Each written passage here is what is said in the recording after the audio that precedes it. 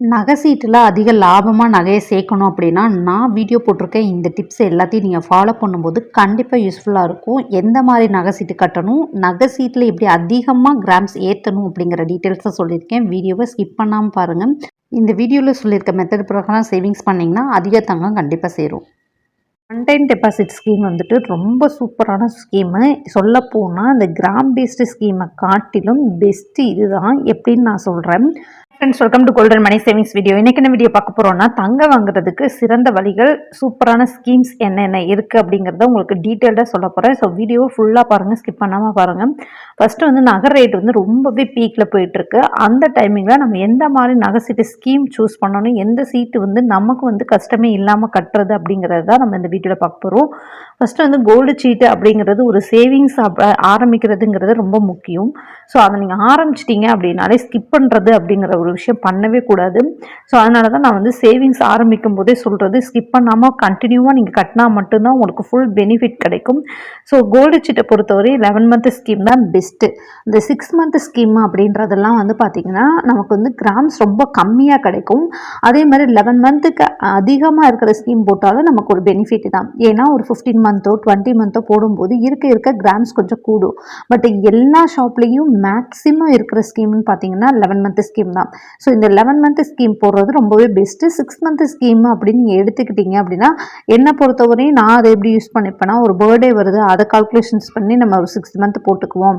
அப்படி வேணால் நம்ம யூஸ் பண்ணிக்கலாம். அந்த இதுக்கு நம்ம மேக்ஸிமம் என்ன எடுப்போம், பர்த்டேனா கோல்டு காயின் அந்த மாதிரி தான் நான் எடுப்பேன் மோஸ்ட்லி. ஏன்னா வந்துட்டு சின்ன சின்ன பொருளுன்ற பட்சத்தில் நான் வந்து ரிங்கு அந்த மாதிரி வந்து எடுக்கிறதுக்கு ட்ரை பண்ணுவேன். பட் 6 மந்தில் வந்து அந்தளவு நம்மளால் சேர்க்க முடியாத பட்சத்தில் வந்து பார்த்திங்கன்னா கோல்டு காயின் வந்து பெஸ்ட் ஐடியா. நம்ம வந்து சேர்த்து வச்சு பெரிய பொருளாகவும் எடுக்கிறதுக்கு அது யூஸ்ஃபுல்லாக இருக்கும். ஸோ அதனால் 6 மந்த் ஸ்கீமில் வந்துட்டு நீங்கள் போடுறீங்க அப்படின்ற பட்சத்தில் அதில் கோல்டு காயின் பர்ச்சேஸ் பண்ணுறதுக்கு ட்ரை பண்ணுங்கள். பெனிஃபிட்டாக இருக்கும் அப்படிங்கிறதுக்காக தான் நான் சொல்கிறேன். ஸோ அடுத்து வந்து பார்த்திங்கன்னா, பேசிக்காக தெரிஞ்சுக்க வேண்டியது வந்து பார்த்திங்கன்னா, கண்டிப்பாக நம்ம வந்துட்டு நகை சீட்டு போடணும் அப்படின்னு ஐடியா ஆகிடுச்சு அப்படின்னாலே எந்த அமௌண்ட்டு போடுறோமோ அந்த அமௌண்ட்டு மந்த்லி நமக்கு கிடைக்குமா அப்படிங்கிறத நம்ம வந்து மைண்ட் செட் பண்ணிக்கணும். ஸோ மைண்ட் செட் பண்ணிக்கணும்னா, இப்போ நீங்கள் ஒரு 3000 சீட்டு போடுறீங்கன்னா மாதம் அந்த 3000 உங்களுக்கு கிடைக்குமான்னு பார்த்துக்கணும். இப்போ வந்து ஒரு கடைகளில் வந்து பார்த்திங்கன்னா, நீங்கள் வந்து 3000 இந்த மாதம் கட்டலை, அடுத்த மாதம் கட்டலை, 2 மாதம் கட்டலைனாலும் ஃபுல்லாக வந்து 11 மந்த்துக்குள்ளே நீங்கள் எப்போ வேணாலும் கட்டிக்கலாம் அப்படிங்கிற மாதிரி ஆப்ஷன் இருக்கும். இப்போ பீமாவை பொறுத்த வரைக்கும் வந்து பார்த்திங்கன்னா, நிறைய வீடியோவில் நான் சொல்லியிருக்கேன். இப்போ நீங்கள் 2 மாதம் கட்டலைன்னா அந்த 2 மாத சீட்டையும் சேர்த்து 6000, அடுத்து 3வது மாதத்தையும் சேர்த்து 9000 பே பண்ணி 3 சீட்டையும் நீங்கள் இது பண்ணிக்கலாம். பட் வந்து மற்ற கடைகளில் 2 சீட் நீங்கள் கட்டலைன்னா 3வது சீட்டு கட்டும்போது அந்த சீட்டுக்கான அமௌண்ட்டு மட்டும்தான் கட்டணும். அந்த 2 மந்த்து வந்து உங்களுக்கு ஸ்கிப் ஆகிட்டே போகும். ஜனவரியில் போட்டிங்க அப்படின்னா நீங்கள் நவம்பரில் வந்து முடிச்சிடுவீங்க, டிசம்பரில் பர்ச்சேஸ் பண்ணுற மாதிரி இருக்கும். பட் இந்த ஸ்கிப் பண்ணுறது எப்படி ஆகும்னு பார்த்தீங்கன்னா, திரும்ப ஜனவரி, பிப்ரவரி அப்படியே ஒவ்வொரு மாதமும் நீங்கள் ஸ்கிப் பண்ணால் மாதம் வந்து ஆட் ஆகிட்டே போகும். ஸோ அதனால் நீங்கள் அமௌண்ட்டை வந்து கரெக்டாக சூஸ் பண்ணுங்கள். இப்போ உங்களால் 3000 கட்ட முடியும், ஆனால் மாதம் கரெக்டாக எனக்கு 30ஆம் தேதிக்குள்ளே 3000 கிடைக்காது, கொஞ்சம் கொஞ்சமாக தான் கிடைக்கும் அப்படின்னு நினச்சிங்கன்னா, அந்த 3000 பிரித்து நீங்கள் 3 சீட்டாக கூட போடுங்க. ஸோ எந்த சீட்டுக்கு வந்துட்டு அமௌண்ட் இப்போ 1000 கிடைச்சிச்சுன்னா ஒரு சீட்டை கட்டிடலாம், இன்னொரு 1000 கிடைக்கும்போது இன்னொரு சீட்டு கட்டிடலாம். ஸோ ஒரு சீட்டை ஃபுல்லாக கட்டாமல் இருக்கிறதுக்கு 3 சீட்டை பிரித்து ஏதாச்சும் ஒரு 2 சீட்டையாச்சும் கட்டிட்டு நம்ம இன்னொரு சீட்டை வந்து ஸ்கிப் பண்ணி கூட போகலாம். ஸோ அந்த மாதிரி நீங்கள் வந்து சீட்டை எப்படி பிரித்து போடணும் அப்படிங்கிறத தெரிஞ்சுக்கோங்க. அடுத்து வந்து மோஸ்ட்லி எல்லாரும் போடக்கூடிய பெஸ்ட்டு ஸ்கீம் வந்து பார்த்திங்கன்னா கிராம் பேஸ்டு ஸ்கீம் தான். ஸோ இந்த கிராம் பேஸ்டு ஸ்கீமில் நிறைய கடைகளில் வந்துட்டு எனக்கு தெரிஞ்சு வேஸ்டேஜ் இல்லாமல் 100% இல்லாமல் எடுத்துக்கலாம்னு சொல்லிட்டு இருக்குது.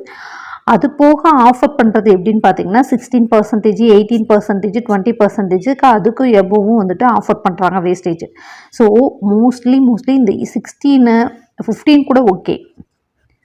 இந்த மாதிரி இருக்கிறதுக்கு மேலே வேஸ்டேஜ் இருக்கிறத பார்த்து செலக்ட் பண்ணிக்கோங்க. இப்போ நீங்கள் வந்துட்டு ஒரு 10%, 9% இருந்துச்சுன்னா உங்களுக்கு வந்து அது ஜுவல் வந்து எப்படி நம்ம எடுப்போம்னா, ரொம்ப ஓல்டு கலெக்ஷன்ஸில் தான் வந்து பார்த்திங்கன்னா 10%, 9% போடுவாங்க வேஸ்டேஜ். ஸோ ஓரளவு நாம் ஒரு ட்ரெண்டிங்காக நல்ல கலெக்ஷன் ட்ரெடிஷ்னலாக இருக்கிறத நம்ம சூஸ் பண்ணணும்னு நினச்சோன்னா, கண்டிப்பாக வந்துட்டு 15க்கு மேலே வேஸ்டேஜ் ஆஃபர் கொடுத்தாங்க அப்படின்னா நீங்கள் நகை சீட்டு போடுறது, கிராம் பேஸில் போடுறது பெனிஃபிட்டாக இருக்கும். இதுவே 9% கொடுக்குறாங்க அப்படின்னா நம்ம ஒரு நகையை செலக்ட் பண்ணுறோம் அப்படின்ற பட்சத்தில் ஒரு 15% செலக்ட் பண்ணுறனாலும் பேலன்ஸ் 6%க்கான அமௌண்ட்டு கொடுக்கணும்.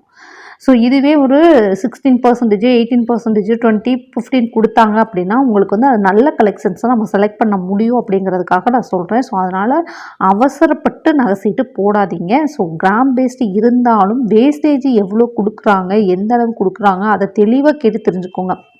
சில இதில் வந்து பார்த்திங்கன்னா உங்களுக்கு சொல்கிற விதமே வந்து நம்மளால் புரிஞ்சுக்க முடியாமல் இருக்கலாம். எப்படி இருக்குன்னா, இப்போ ஜிஆர்டியை பொறுத்த வரைக்கும் வேஸ்டேஜ் வந்து அமௌண்ட்டு பேஸ்டுக்கு வந்து பார்த்திங்கன்னா உங்களுக்கு 18% கொடுப்பாங்க. பட் நீங்கள் கிராமில் போயிட்டீங்க அப்படின்னா உங்களுக்கு அவங்க கொடுக்குறது ஆஃபர் பார்த்திங்கன்னா 50% வேஸ்டேஜில் இருந்து 50% அப்படின்னு சொல்லிட்டு கொடுத்துருப்பாங்க. அதுவும் இந்த 18%க்கு 50%. இப்போ எக்ஸாம்பிளுக்கு 20% சொல்கிறாங்கன்னு வச்சுக்கோங்களேன். கிராம் பேஸில் நீங்கள் போட்டிருக்கீங்க. அப்போது இந்த 20%னா நீங்கள் என்ன நினைப்பீங்க? 50%னா 10% நம்ம கட்டணும், 10% அவங்க கட்டணும் தான் நம்ம நினைப்போம். பட் அப்படி கிடையாது. இந்த 18%ல் 50%னா 9%. அப்போது இதில் 20% இருந்தாலும் உங்களுக்கு வந்து ஆஃபர் கொடுக்குறத அவங்க 9% தான் கொடுப்பாங்க. பேலன்ஸ் இருக்க 11% நம்ம தான் கட்டணும். ஸோ இந்த மாதிரி வெறும் கன்ஃபியூஸ் பண்ணி கொடுப்பாங்க. ஸோ அதை நம்ம கிளியராக கேட்டு தெரிஞ்சுக்கணும். இது ஜிஆர்டி மட்டும் கிடையாது, நிறைய ஷாப்பில் இந்த மாதிரி கன்ஃபியூஸ் பண்ணுறது இருக்குது. ஸோ அதை நம்ம டீட்டெயிலாக கேட்டு தெரிஞ்சுக்கிட்டோன்னா ஏமாறாமல் நகை எடுக்க முடியும். ஸோ இது ரொம்ப முக்கியமான விஷயங்க. பார்த்து நீங்கள் நகை சீட்டு போடுறதுக்கு முன்னாடி தெரிஞ்சுக்கணும். போட்டதுக்கப்புறம் வந்துட்டு நீங்கள் தெரிஞ்சு ஃபீல் பண்ணி ஒன்றும் ஆக போகிறது கிடையாது. ஏன்னா நீங்கள் கட்டின அமௌண்ட்டை ரிட்டர்ன் கொடுக்கவும் மாட்டாங்க. கட்டின அமௌண்ட்டை நீங்கள் ஃபுல்லாக முடித்தா மட்டும்தான் அந்த 9% உங்களுக்கு கொஞ்சம் வேஸ்டேஜ் ஆஃபர் கொடுத்துருக்கிறது கூட பார்த்தீங்கன்னா உங்களால் எடுத்துகிட்டு வர முடியும். நீங்கள் ஸ்கிப் பண்ணால் கூட உங்களால் ஃபுல்லாக எடுக்க முடியாது. ஸோ அதனால் நம்ம ஒரு நகை சீட்டு போடுறோம் அப்படின்னா அதை ஃபுல் டீட்டெயிலாக தெரிஞ்சுட்டு போடுங்க. உங்களுக்கு கேட்குறதுக்கு சங்கட்டமாக இருந்தாலும் பரவாயில்ல, நீங்கள் டீட்டெயிலாக ஃபுல்லாக கேட்டுக்கோங்க. ஸோ அடுத்து வந்து பார்த்திங்கன்னா எல்லா கடைகள்லையுமே ஜிஎஸ்டி உண்டு தான். எனக்கு தெரிஞ்சு மங்கள்னு நினைக்கிறேன், சம்திங் ஏதோ ஒரு கடைகளில் மட்டும்தான் ஜிஎஸ்டி அவங்களே பே பண்ணிடுறாங்க. வேஸ்டேஜும் கிடையாது, ஜிஎஸ்டி அவங்களே பே பண்ணிடுறாங்க. ஸோ அந்த மாதிரி ஆஃபர் இருக்குது. மற்றபடி எல்லா கடைகள்லையுமே வந்து பார்த்திங்கன்னா ஜிஎஸ்டி உண்டு. இப்போ பெஸ்ட்டு வந்து பார்த்திங்கன்னா ஒன் டைம் டெபாசிட்ஸு. ஸோ வந்து நான் கோல்டு சீட்டை பற்றி சொல்லிட்டேன். அந்த 11 மந்த் ஸ்கீம் வந்துட்டு இந்த மாதிரி தான் இருக்கும். அதுக்கான ஆஃபர்ஸ் ஃபுல்லாக இதுதான் கிராம் பேஸ்டு வந்துட்டு நம்ம போட போகிறது. அமௌண்ட்டு பேஸ்டு ஸ்கீமும் இருக்குது. பட் அதை வந்து யாருமே சூஸ் பண்ணுறது கிடையாது. ஏன்னா அமௌண்ட்டு பேஸ்டு சூஸ் பண்ணிங்க அப்படின்னா அது வந்து கோல்டு ரேட் வந்து ஒவ்வொரு மாதமும் எக்கு தப்பாக ஏறிட்டுருக்கு. அது சொல்லவே முடியாது, அந்தளவு பீக்கில் போயிட்டுருக்கு. அப்படி இருக்கும்போது நீங்கள் அமௌண்ட்டில் போட்டிங்கன்னா உங்களுக்கு பெனிஃபிட் கிடையாது. ஸோ அதனால் முடிஞ்ச அளவு கிராம் பேஸ்டே போடுங்க. ஏன்னா அமௌண்ட்டில் நீங்கள் 10,000 கொடுத்தீங்கன்னா அந்த 10,000 கட்டினீங்கன்னா அது வர வச்சுட்டே வருவாங்க. 1,10,000 உங்களுக்கு வந்து ஃபைனலாக நீங்கள் எடுக்கும்போது 9,000 10,000 கிராம்ஸ் போகும். அதே நீங்கள் வந்து கிராமில் போட்டு வச்சிங்கன்னா இப்போ 8,900 இருக்குது. இப்போ நம்ம சீட்டு போட்டு கண்டினியூ பண்ணிகிட்ருக்கோம் அப்படின்னா 8,900 சில்லறதுக்கு. இதுவே நீங்கள் மாதம் 10,000 கட்டிகிட்டு இருக்கும்போது 11 மந்த்து கழித்து அந்த 1,10,000 பார்த்திங்கன்னா 9,000 10,000 இருக்கும். அப்போ வந்து கிராம் வந்துட்டு டிவைட் பண்ணும்போது உங்களுக்கு மில்லிகிராம் ரொம்பவே கம்மியாக கிடைக்கும். இப்போ 1,10,000 உங்களுக்கு வந்து ஒரு 10 கிராம் கிடைக்கிதுன்னா அமௌண்ட்டை பொறுத்தவரையும் உங்களுக்கு 10 கிராம் கிடைக்கும். இதுவே வெயிட்டை பொறுத்தவரையும் ஒரு 11 கிராம் கிடைக்கும். ஸோ அந்த ஒரு டிஃப்ரென்ஷியேட் இருக்கும். அந்த 1 கிராம்ன்றது கிராம் பேஸ்டோட போனதுனால நமக்கு லாபமாக கிடைக்கிது. அமௌண்ட்டில் போனதுனால நமக்கு அந்த 1 கிராம் லாஸில் கிடைக்கிது. ஸோ அதனால தான் நிறைய பேருக்கு இந்த மெத்தடு தெரியும். தெரியாதவங்க இதை தெரிஞ்சுக்கோங்க. அமௌண்ட்டில் எப்பயுமே போடாதீங்க. கிராம் பேஸ்டு கோல்டு சீட்டு போடுறதுக்கு ட்ரை பண்ணுங்கள். ஒன் டைம் டெபாசிட் ஸ்கீம் வந்துட்டு ரொம்ப சூப்பரான ஸ்கீமு. சொல்லப்போனால் இந்த கிராம் பேஸ்டு ஸ்கீமை காட்டிலும் பெஸ்ட்டு இதுதான். எப்படின்னு நான் சொல்கிறேன். ஸோ நீங்கள் வந்துட்டு பார்த்தீங்கன்னா உங்கள்கிட்ட பழைய ஜுவல்ஸ் இருந்துச்சு, அதை வந்து நீங்கள் யூஸ் பண்ணிக்கணும், அந்த நகையும் நமக்கு வேணும், புது நகையும் வேணும் அப்படின்றவங்க நீங்கள் இதில் வந்து பார்த்தீங்கன்னா கிராம் பேஸில் மாதம் தான் கட்டுவீங்க.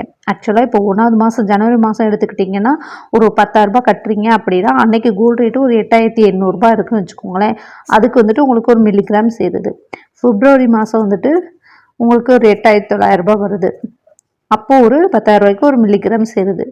மார்ச் ஒரு 9,000 வந்துருச்சு. ஸோ ஏப்ரலில் வந்து பார்த்திங்கன்னா 9100 அப்படின்னு சொல்லிட்டு நமக்கு வந்து கோல்டு ரேட் இன்க்ரீஸ் ஆகிட்டே போகும் இந்த மாதிரி மாதம் மாதம் நம்ம கட்டும்போது. பட் இந்த ஒன் டைம் டெபாசிட் எப்படின்னா, நம்ம வந்து என்ன சீட்டு போட போகிறோம் 10,000 நகை சீட்டு அப்படின்னு ஃபிக்ஸ் பண்ணிட்டோம்னா 1,10,000. ஸோ அந்த 1,10,000 உங்ககிட்ட வீட்டில் ஏதாச்சும் நகைகள் இருந்துச்சு அப்படின்னா 6 மந்த் ஸ்கீம்னு சொல்லிட்டு பேங்க்கில் இருக்குது அடகு வைக்கிறதுக்கு. ஸோ அதுக்கு வட்டி வந்துட்டு பார்த்திங்கன்னா அதிகமும் கிடையாது, கூடவும் அதாவது கம்மியும் கிடையாது. ரெண்டுமே, அதாவது 1 இயர்க்கான வட்டியும் சரி 6 மந்த்ஸ்க்கான வட்டியும் சரி சேம் வட்டி தான். ஆனால் வந்து ஸ்கீம் மட்டும்தான் 6 மந்த் ஸ்கீம். ஏன்னா அதை 6 மந்த்லேயே நீங்கள் திருப்பிடணும். அப்படிங்கிற பட்சத்தில் தான் அது 6 மந்த்துக்கான ஸ்கீம்னு சொல்லிட்டு பேங்க்கில் வந்துட்டு கோல்டு லோன் கொடுத்துட்ருக்காங்க. இந்த 6 மந்த்தில் வந்து நம்ம என்ன பண்ணணும்னா அடகு வச்சிடணும். 1,10,000 அடகு வச்சிடணும். அடகு வச்சுட்டு 1,10,000 நான் சொன்னது மொத்த நகை சீட்டு 10,000 சீட்டு நீங்கள் மாதம் மாதம் கட்டினீங்க அப்படின்னா 11 மந்த்தில் உங்களுக்கு வந்து 10,000 மட்டும் போட்டோன்னா 1,10,000. அந்த கால்குலேஷன்ஸ் வச்சு தான் நான் இது 1,10,000 சொல்லியிருக்கேன். இந்த 6 மந்த்துன்னு நான் சொன்னது வந்து பார்த்திங்கன்னா கோல்டு லோனு 6 மந்த்லேயும் நீங்கள் நகை திருப்பிக்க முடியும் அப்படிங்கிறதுக்காக சொல்லியிருக்கேன். நீங்கள் இல்லை மாதம் மாதம் நான் வந்து கட்டுற மாதிரி இருக்குன்னா 1 இயர்லேயும் நீங்கள் வைக்க முடியும். இப்போ எக்ஸாம்பிளுக்கு 1 இயரில் நீங்கள் வைக்கிறீங்க, அடகு வைக்கிறீங்க அப்படின்னாலும் 1,10,000 உங்கள் ஜுவல்ஸ் வந்துட்டு அடகு வச்சு அமௌண்ட்டை எடுத்துட்டு அதை வந்து நீங்கள் நகைக்கடையில் போயிட்டு 1,10,000 டெபாசிட் பண்ணிட்டீங்க அப்படின்னா, இப்போ நீங்கள் ஜனவரியில் டெபாசிட் பண்ணுறீங்க அப்படின்னா அப்போ 8,800 இருக்கும்போதே மொத்த அமௌண்ட்டையும் கொண்டு போய் 1,10,000 நீங்கள் டெபாசிட் பண்ணிடுறீங்க. எந்த ரேட்டுக்கு? இந்த ரேட்டுக்கு. அப்போ டோட்டலாக உங்களுக்கு கிடைக்கிற வெயிட் வந்து இந்த மாதம் கட்டுறதுல வந்துட்டு ஒரு 10 கிராம் கிடைக்கிது அப்படின்னா இங்கே வந்துட்டு உங்களுக்கு 10.500 மில்லிகிராம் இல்லைன்னா 11 கிராம் அப்படின்னு சொல்லிட்டு எக்ஸ்ட்ரா கிடைக்கும். 1 கிராம் இல்லை 1/2 கிராம் வந்துட்டு எக்ஸ்ட்ரா கிடைக்கும்.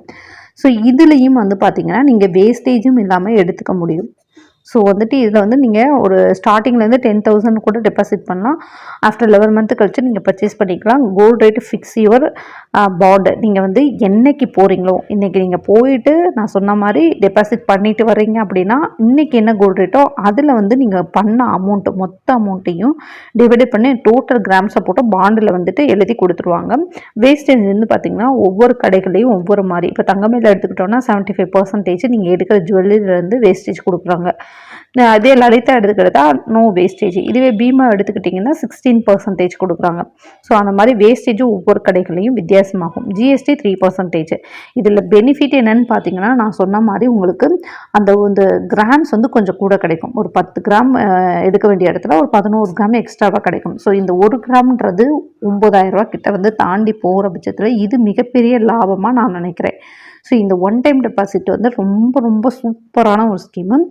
இதை வந்து நிறைய பேர் யூஸ் பண்ணுறது கிடையாது. ஆனால் இதை எப்படி யூஸ் பண்ணணும்னு நான் இப்போ சொன்ன மாதிரி நீங்கள் நகை அடகு வச்சுட்டீங்க அப்படின்னா, இப்போ நீங்கள் நகை சீட்டு போடணும்னு வச்சுருப்பீங்களா மாதம் 10,000. அதை வந்து நீங்கள் உங்கள் மைண்ட் செட்டு தாங்க இதுக்கு எல்லாமே காரணம். கரெக்டாக நம்ம நகை அப்படின்னு நினச்சி மாதம் நகை சீட்டுக்கு 10,000 கட்டிகிட்டே வரணும். சாரி, கோல்டு லோனுக்கு 10,000 கட்டிகிட்டே வரணும். அப்போ கோல்டு லோனுக்கு நீங்கள் மாதம் 10,000 கட்டும்போது 11 மந்த்தில் இந்த நகையுமே நீங்கள் திருப்பிடலாம். ஸோ 11 மந்த்தில் இந்த நகை திருப்பும்போது நீங்கள் கேட்பீங்க இதில் வட்டி வருமே அப்படின்னு சொல்லிட்டு. உங்களுக்கு வட்டி வந்து பார்த்திங்கன்னா வருஷத்துக்கே 8.5% தான் வட்டி. ஸோ அப்படி இருக்கும் பட்சத்தில் ஒரு 8,500 9,000 கிட்ட தான் வரும் வட்டி. ஆனால் அதே இது நீங்கள் ஒரு 11 மந்த்து கழித்து உங்கள் ஜுவல்ஸை வந்துட்டு நீங்கள் சேர்த்து வச்சுருக்க வெயிட் வந்து பார்த்திங்கன்னா ஒரு 20% 30% வந்துட்டு பார்த்திங்கன்னா 1 இயர்ஸில் கோல்டு ரேட்டு அதிகமாகுதுன்னு சொல்கிறாங்க. ஸோ அப்படி இருக்க பட்சத்தில் இதை விட இது வந்து இது பர்சன்டேஜ் வந்து கம்மி தான். அதனால் நீங்கள் அடகு வச்சு இந்த மாதிரி யூஸ் பண்ணிக்கலாம் அப்படிங்கிற மாதிரி சொல்கிறாங்க. ஸோ அப்படி இருக்கிற பட்சத்தில் நீங்கள் வந்து வட்டி இதில் கம்மி தான் இந்த இதை கம்பேர் பண்ணும்போது. ஸோ இதுவே நீங்கள் ப்ரைவேட் பேங்க்கோ நகை அடகு கடைக்கு போகும்போது கண்டிப்பாக உங்களுக்கு லாஸாக தான் ஆகும். ஸோ கோல்டை பொறுத்தவரை என்றைக்குமே லாஸ் கிடையாது தான். பட் நீங்கள் வந்து நகையை திருப்புறதை பொறுத்து இருக்குது. நான் சொன்னேன்ல இந்த 6 மந்த்துக்குள்ளே உங்களால் முடிஞ்சிச்சுன்னா திருப்பிட்டீங்க அப்படின்னா இன்னுமே பெனிஃபிட்டு தான். பட் 6 மந்த்தில் திருப்ப முடியாது, 1 இயரில் நீங்கள் திருப்பிட்டீங்கன்னா அதுவும் நமக்கு ரொம்ப பெரிய லாஸ் ஆக போகிறது கிடையாது. ஸோ வந்து கிராம்ஸ் கொஞ்சம் கூட கிடைக்குது அப்படிங்கிற பட்சத்தில் இது நம்ம பெனிஃபிட்டாக யூஸ் பண்ணிக்கலாம் அப்படிங்கிறதுக்காக தான் நான் சொல்கிறேன். ஸோ இதில் நம்ம வந்து நான் முன்னாடி சொன்ன மாதிரி மைண்ட் செட் வந்து கரெக்டாக இருக்கணும். நம்ம நகை அப்படின்னு நினச்சி அதுக்கு வந்து நம்ம நகை சீட்டை வந்து ஸ்கிப் பண்ணிட்டோம். அதுக்கு பதிலாக தான் ஃபுல் அமௌண்ட்டு டெபாசிட் பண்ணியிருக்கோம். ஸோ நகை சீட்டு கட்டணும்னு நினைக்கிற அமௌண்ட்டை இதில் வந்து கரெக்டாக மாதம் மாதம் கட்டி திருப்பணும் அப்படிங்கிறது கண்டிப்பாக ரொம்ப முக்கியமான ஒரு மைண்ட் செட்டாக இருக்கணும். நிறைய பேரோடது எப்படி இருக்கும்னா, நம்ம நகையை அடகு வச்சுட்டோம், இது நம்ம நகை தானே, இனி என்னத்தை சீட்டை கட்ட, அந்த கிடைக்கிற 10,000 ரூபாயை நம்ம வேற ஒரு விஷயத்துக்கு யூஸ் பண்ணிக்கலாம் அப்படின்னு சொல்லிட்டு ரொம்பவே அசால்ட்டாக இருப்பாங்க. ஸோ அந்த அசால்ட்டுத்தனத்தினால நம்ம வச்ச நகையை திருப்ப முடியாமல் அது 1 இயரில் வந்துட்டு அப்படியே இருக்கும். நம்ம நகையை எடுத்துருவோம், பட் வந்து வச்ச நகையை எடுக்காமல் அடகு வச்ச நகையை திருப்ப முடியாமல் போயிடும். ஆனால் இதுவே நகை சீட்டு மாதம் மாதம் நீங்கள் 11 மந்த் போடுறீங்க அப்படின்னா 10,000 டான் கட்டிடுவோம். ஏன்னா அது நகை சீட்டு 1 மந்த் ஸ்கிப் ஆனாலும் நமக்கு வந்து டிலே ஆகும் எடுக்கிற டேட்டை விட அப்படின்னு சொல்லிட்டு நம்ம கரெக்டாக மாதம் மாதம் கஷ்டப்பட்டுனாலும் அந்த அமௌண்ட்டை நம்ம 10,000 கட்டிடுவோம். பட் நம்ம நகையை அடகு வச்சுட்டு சேம் மெத்தடில் தான் நம்ம அதையும் யூஸ் பண்ண போகிறோம். பட் அதுக்கு வந்து அந்த மாதிரி ஸ்டெப் எடுத்து பண்ண மாட்டோம். அந்த 1,10,000 நகையை அடகு வச்சதுக்கும் மாதம் மாதம் 10,000 கட்டணும் அப்படிங்கிற ஒரு எண்ணம் நமக்கு வராது. ஸோ அந்த எண்ணம் கரெக்டாக இருக்கிறவங்க இந்த மெத்தடை ஃபாலோ பண்ணும்போது சூப்பராக நகையும் திருப்பிடலாம், புது நகையும் எடுத்துடலாம். மில்லிகிராம்ஸ் கூட கிடைச்சாலும் சரி, இல்லை 1 கிராம் கூட கிடைச்சாலும் சரி, அந்த லாபத்தை என்ஜாய் பண்ணிக்கலாம். ஸோ இப்படி தான் நமக்கு வந்து பார்த்திங்கன்னா கொஞ்சம் கொஞ்சம் கூட எடுக்க முடியும். கோல்டு ரேட் அதிகமாகும் பட்சத்தில் ஒரு 500 மில்லிகிராம் எடுத்தால் கூட போதும்னு நினைக்கிறவங்க இப்போ நிறைய பேர் இருக்காங்க. அப்படி இருக்கிற பட்சத்தில் இந்த மெத்தட் யூஸ் பண்ணி நம்ம வந்து சம் மில்லிகிராம்ஸ் கூட எடுக்கிறதுக்கு நம்ம வாய்ப்பை ஏற்படுத்திக்கலாம், அதை கரெக்டாக ஃபாலோ பண்ணும்போது. ஸோ நெக்ஸ்ட்டு வந்து பார்த்திங்கன்னா டிஜிகோல்டு. ஸோ டிஜிகோல்டில் சேவிங்ஸ் பண்ணுறது சூப்பரான ஒரு பெஸ்ட்டு சேவிங்ஸ்னால் டிஜிகோல்டு தான். ஸோ இதை வந்து நீங்கள் சூஸ் பண்ணுற கடையை பொறுத்தும் இருக்குது, ஜுவல்ஸ் வந்து எப்படி இருக்குன்றதை பொறுத்து இருக்குது. ஏன்னா நிறைய கடைகளில் வந்துட்டு பார்த்திங்கன்னா ஜுவல்லரி அந்தளவு குவாலிட்டியாக இருக்காதுன்னு சொல்லிட்டு ஃபீல் பண்ணி நிறைய வீடியோஸ் நானே பார்த்துருக்கேன். ஸோ அப்படி இருக்க பட்சத்தில் நீங்கள் சூஸ் பண்ணுற கடையை பொறுத்து இருக்குது. அதுவும் பார்த்திங்கன்னா 11 மந்த் ஸ்கீம் தான், 100 ரூபாயிலேருந்து ஸ்டார்ட் ஆகுது. பெனிஃபிட் வந்து ஒவ்வொரு கடையை பொறுத்து பெனிஃபிட் கிடைக்குது. இப்போ வந்து தங்கமேலை பொறுத்தவரையும் 5%, போத்தீஸை பொறுத்தவரையும் 7% கிடைக்குது. ஸோ இந்த 7%ன்றது எக்ஸ்ட்ரா 2% தான் சொல்லிட்டு நம்ம அசால்ட்டாகவும் இருக்கக்கூடாது. இதுவும் நமக்கு ஒரு பெனிஃபிட் தான். 10,000 ரூபாய் கட்டுறோம்னா 10,700 ரூபாய் கிடைக்குதுன்னா அந்த 700 ரூபான்றது நம்ம பெரிய பெனிஃபிட் தான். 500 ரூபாய் பெனிஃபிட்டாக 700 ரூபாய் பெனிஃபிட்டா அப்படின்னு கேட்டால் 700 ரூபாய் தான் பெனிஃபிட். 200 எக்ஸ்ட்ரா கிடைக்குது அப்படின்னா அது சும்மா சாதாரண கிடையாது. ஏன்னா நம்ம 100க்கு தான் நம்ம அந்த நகை சீட்டையே ஆரம்பிக்கிறோம். அப்படிங்கிற பட்சத்தில் இதுவும் ரொம்ப நல்ல லாபமான ஒரு இது தான். பெனிஃபிட் வந்து இந்த மாதிரி கிடைக்குது. இதில் வந்து வேஸ்டேஜும் இருக்குது, ஜிஎஸ்டி இருக்குது. இதில் வந்து நீங்கள் கோல்டு ஜுவல்லரியாகவும் பர்ச்சேஸ் பண்ணிக்கலாம், கோல்டு காயினாகவும் பர்ச்சேஸ் பண்ணிக்கலாம். என்னை பொறுத்த வரையும் நீங்கள் ஒரு ஸ்கீம் போடுறீங்க, நகை சீட்டு போடுறீங்கன்னா அதை வேஸ்டேஜே இல்லாமல் எடுக்கிற பட்சத்தில் மட்டும் ஜுவல்லரிக்கு போங்க. வேஸ்டேஜ் உண்டு அப்படின்னா கோல்டு காயினுக்கு போங்க, அதுதான் நமக்கு வந்து லாபமாக முடியும். ஸோ நான் வந்து இப்படி தான் சூஸ் பண்ணுவேன். நான் டிஜிகோல்டில் வந்து போட்டிருக்கேன், தங்கமேலில் தான் போட்டிருக்கேன். 2 சவரன் சேர்த்து வச்சு 2 சவரனுமே நான் கோல்டு காயினை தான் வாங்கிட்டு வந்தேன். ஸோ 2 சவரனுக்கு உங்கள் எல்லாருக்குமே தெரியும் நல்ல பொருள் சூப்பராகவே எடுத்துகிட்டு வர முடியும். 2 சவரனில் செயின் எடுக்க முடியும், 2 சவரனில் வளையல் எடுக்க முடியும், 2 சவரனில் தோடு எடுக்க முடியும், நல்ல பெரிய தோடாக. ஸோ இது எல்லாமே பண்ண முடியும். பட் நான் இருந்தாலும் எனக்கு வேண்டாம், கோல்டு காயினே கொடுங்க அப்படின்னு சொல்லிட்டு வாங்கிட்டு வந்தேன். அதுக்கு ரீசன் வேஸ்டேஜ் தான். ஏன்னா வேஸ்ட் நான் போனோடனே எனக்கும் ஆர்வமாக இருந்துச்சு நல்லா ஒரு பொருள் எடுக்கலான்னு. ஆனால் அவங்க சொன்ன வேஸ்டேஜ் 18%, 20%, 16, 15 அந்த மாதிரி சொன்னாங்க.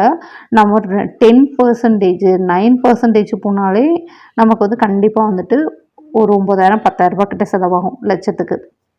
அப்படிங்கிற பட்சத்தில் எனக்கு அந்த 9% போகிறதே ரொம்ப ரொம்ப ரொம்ப கலெக்ஷன்ஸ் லோ, அதாவது என்ன சொல்கிறது, ரொம்ப சிம்பிள் டிசைனாக இருக்கிறதுக்கு தான் 9% அந்த மாதிரி இருக்குது. ஸோ அப்படி இருக்கிற பட்சத்தில் எனக்கு அது வந்து பிடிக்கல. அப்போ இன்னும் நான் வந்து சிம்பிளாக பார்த்தேன்னா எனக்கு அந்த செயினை வந்து திருப்தியே இல்லாமல் நான் வாங்கிட்டு வர மாதிரி இருக்கும், ஏனோ தானோன்னு கடமைக்கு. அதனால நான் வேண்டாம், கோல்டு காயினே எடுத்துக்கலாம் அப்படின்னு சொல்லிட்டு கோல்டு காயின் நான் எடுத்துகிட்டு வந்துட்டேன். ஸோ கோல்டு காயின் பட்சத்தில் 3% இல்லைனா 5% அதுக்கு மேலே வந்து போகாது வேஸ்டேஜ். ஸோ ஜிஎஸ்டி 3% அது கம்பல்சரி தான் எல்லாத்துக்குமே. எப்போ சீட்டு போட்டாலுமே நகை சீட்டு போயிட்டாலும் சரி, இல்லை ரெடி கேஷில் போனாலும் சரி, ஜிஎஸ்டிங்கிறது நம்ம வந்து கடைக்காரவங்களுக்கு கட்டுறது கிடையாது. அதை நிறைய பேர் தெரிஞ்சுக்காமல் ஜிஎஸ்டியில் ஒரு சேஞ்ச் இருக்கா அப்படின்னு கேட்குறீங்க. அது வந்து நம்ம வந்து நகைக்கடைக்கு கட்டுறது கிடையாது, அது கவர்மெண்ட்டுக்கு கட்டக்கூடிய வரி, நம்ம கட்டுறோம் டைரெக்டாக, அவ்வளோதான். ஸோ 3%. அது போக நமக்கு வந்து கோல்டு காயினை பொறுத்தவரையும் 3%, 5% போடுவாங்கன்னு சொன்னேன்ல. அதில் வந்து மேக்ஸிமம் பேரம் பேசக்கூடிய இடமா இருந்துச்சு அப்படின்னா அதுலேயுமே நம்ம பேரம் பேசி கம்மி பண்ண முடியும். ஸோ அதனால் வந்து பார்த்திங்கன்னா கோல்டு காயினாக டிஜிகோல்டை பொறுத்தவரையும் நீங்கள் எடுக்கும்போது சூப்பரான சேவிங்ஸாக இருக்கும். அதே மாதிரி நம்ம ஒரு நாளைக்கு எவ்வளோ அமௌண்ட்டு வேணாலும் போட்டுக்கலாம், எத்தனை டைம் வேணாலும் போட்டுக்கலாம், எந்த டைம் வேணாலும் போட்டுக்கலாம். டைம் 12 மணிக்கு போடணுமா போட்டுக்கலாம். நான் அப்படி தான் என் பொண்ணோட பர்த்டேக்கு வந்துட்டு 12 மணிக்கு வந்து அவங்களுக்கு வந்து 1 கிராம் கோல்டு காயின் எப்பயுமே நான் எடுப்பேன் பர்த்டேக்கு எல்லாமே. இந்த டைம் வந்து பார்த்திங்கன்னா பாப்பாவோட பர்த்டே வந்து சித்ரா 1 14th ஏப்ரல் வந்துச்சு. ஸோ அன்னைக்கு வந்து 12 மணிக்கு நான் வந்து போட்டேன். ஸோ 1 மணிக்கு 1 கிராம் கோல்டு காயின் வந்துட்டு நான் பர்ச்சேஸ் பண்ணேன். ஸோ அந்த மாதிரி நினச்ச டைம் வந்துட்டு நமக்கு அந்த டைமில் பண்ணணும் அப்படின்னு தோணும்போது பண்ணக்கூடிய ஒரு விஷயம் இந்த டிஜிகோல்டு வந்து சேவிங்ஸு. ஸோ இந்த சேவிங்ஸில் வந்துட்டு 100 ருபீஸ் தான் நம்ம ஸ்டார்ட் பண்ணுறோம்னு நினச்சிட்ருப்போம். ஆனால் அது உண்மையே கிடையாதுங்க. அதில் வந்து நம்ம ஒரு இன்ட்ரெஸ்ட் எடுத்து இந்த 100 ரூபாய்க்கு போடுறோம் 100 ரூபாய்க்கு போடுறோன்னு சொல்லியே அதில் நம்ம ஏகப்பட்ட அமௌண்ட்டு நான் போட்டதுக்கு காரணமே வந்து பார்த்திங்கன்னா டிஜிகோல்டில் தான். அது வந்து ரொம்பவே இன்ட்ரெஸ்ட்டாக ஒரு சேவிங்ஸ் மாதிரி எனக்கு பிடிச்சிருந்துச்சு. என்ன சொல்கிறது, 100 100 100 200 500 அப்படி போடுறது வந்து ரொம்பவே பிடிச்சிருந்துச்சு. ஏன்னா நம்ம மைண்ட் வந்து பார்த்திங்கன்னா சேவிங்ஸ் பண்ணுறோம் போட்டுகிட்டே இருக்கோம். அப்பப்போ தெரியுது.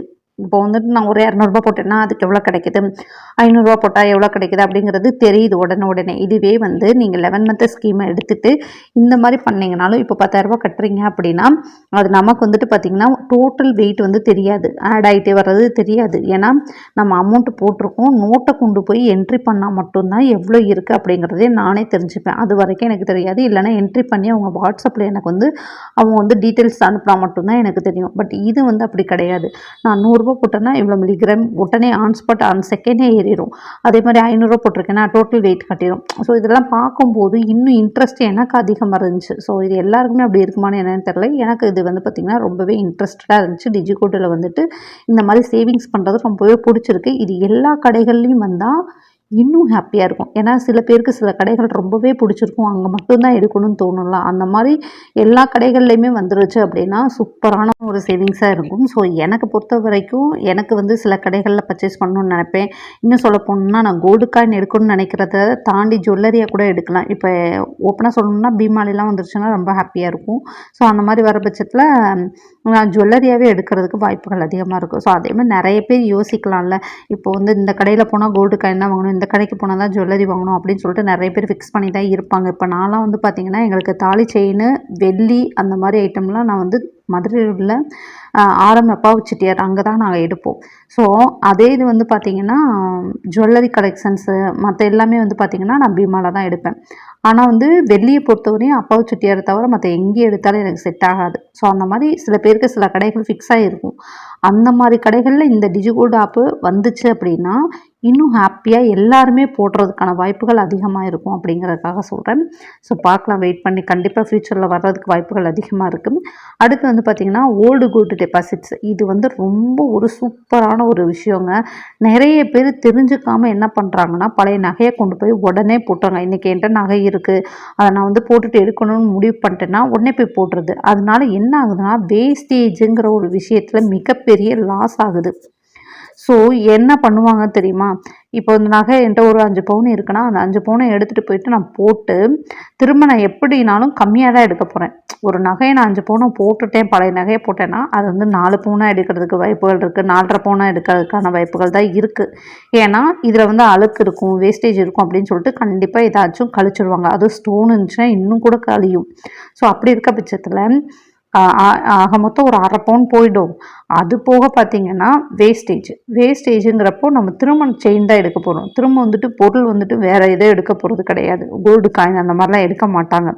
ஸோ வந்துட்டு கோல்டு காயின் எடுத்தால் கூட அதுக்கும் 3% 5% போடுவாங்க. பட் வந்து ஜுவல்லரியாக போகும்போது இன்னும் வேஸ்டேஜ் வந்துட்டு ஒரு 10% வச்சா கூட எனக்கு தெரிஞ்சு ஒரு 20-30,000 கிட்ட வந்துடும். 5 சவரன் 4 சவரன்ற பட்சத்தில்.